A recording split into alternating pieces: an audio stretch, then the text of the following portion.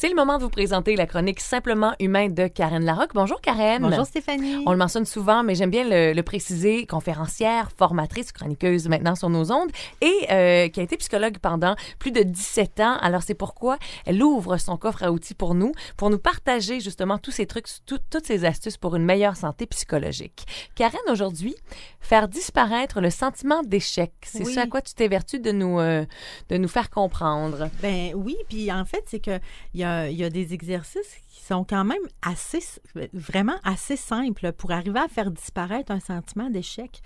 Quand on dit gros fail, on sent que on l'a pas eu celle-là, on l'a échappé, puis on se sent cheap avec ça. Puis ce que je vais vous présenter, là, ça peut fonctionner autant pour un petit fail qu'un gros fail. Tu sais, OK. des fois, là, admettons, tu sais, souvent, moi, j'ai rencontré ça dans ma pratique avec des gens, des fois, qui se séparaient, tu sais, une relation oui, qui n'a pas fonctionné ou la perte d'un emploi ou peu importe, qui finissent avec un espèce de sentiment, là, un sentiment d'échec, là.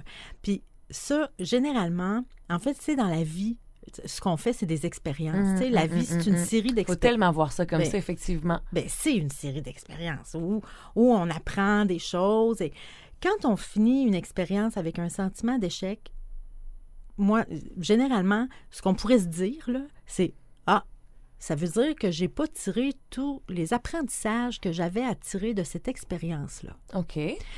Puis, moi, l'exercice que je faisais faire à ma clientèle, là, quand j'étais en pratique privée, c'était « OK, tu as un sentiment d'échec.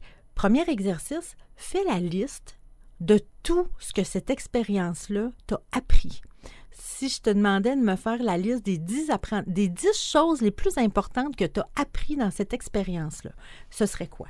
Et vraiment prendre le temps de faire la liste par écrit. Fait que tu écris les 10 choses que tu as appris dans cette expérience-là.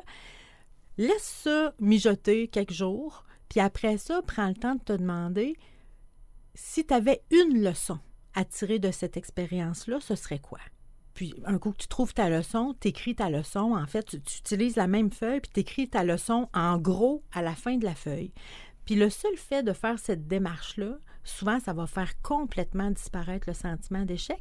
Puis, je te dirais même que en commençant à faire cet exercice-là, tu sais, quand on commence à se demander, OK, c'est quoi que j'ai appris là-dedans?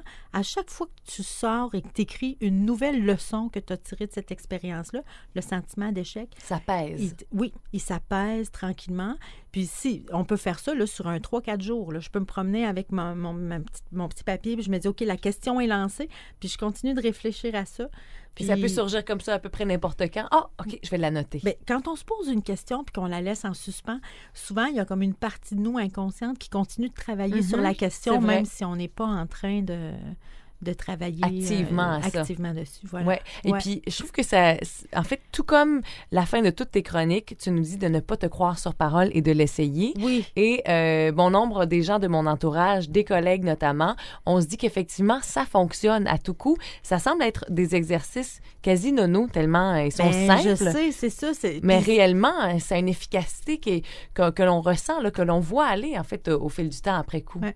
Bien, je peux vous dire que j'ai souvent été impressionnée par l'effet choc de cet exercice-là, même si le sentiment d'échec était pour une situation qui pouvait au départ être dramatique pour la personne. En fait, c'est que ça transforme le sentiment d'échec en apprentissage. Puis j'ai même vu des gens en arriver au bout du processus en se disant, sais-tu quoi, Karen? Tout compte fait, une chance que j'ai vécu cette expérience. Une chance que j'ai vécu cette expérience-là. Ouais. J'ai un collègue qui disait, un problème dans la vie, c'est une opportunité en habit de travail. Oh, c'est beau ça. C'est beau, hein? Puis ça prend des fois quelques minutes pour la décortiquer. Mais en réalité, on pourrait dire qu'un sentiment d'échec, c'est une belle opportunité.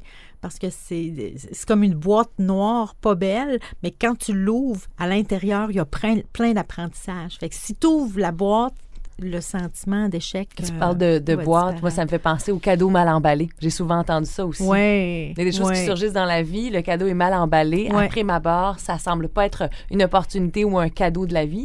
Mais finalement, on y a appris une belle leçon, souvent. Mais pour ça, il faut prendre le temps de le déballer en faisant la liste Bien des dit. choses qu'on a appris. Karen, on invite les gens sur ton site simplementhumain.com sur lequel il y a tout sur toi, en fait, sur ta pratique, tes conférences à venir, les chroniques notamment qu'on fait ici, des liens vers différentes références aussi. Ouais, des articles que j'écris aussi de temps en temps, mais il y a toutes sortes de choses.